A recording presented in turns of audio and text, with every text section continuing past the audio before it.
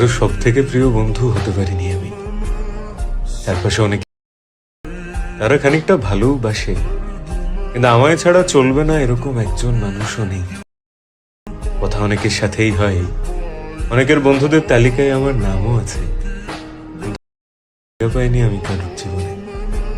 তাই তো কেউ আমার জন্য কখনো কোনো প্ল্যান করে না, ফোন আসে না আমার কাছে, কারণ প্রায়োরিটি লিস্টে আমি একটু নিচের দিকেই থাকি। এরকম অনেক মানুষ আছে যাদের আমি খুব যত্ন করে সাজিয়ে রেখেছি নিজের জীবনে, ছাড়া তাদের জীবনে কোনো বদল আসবে না, কারণ সব থেকে প্রিয় বন্ধু আমি কারো, আমায় ছাড়া সবার ঠিক চলে যায়।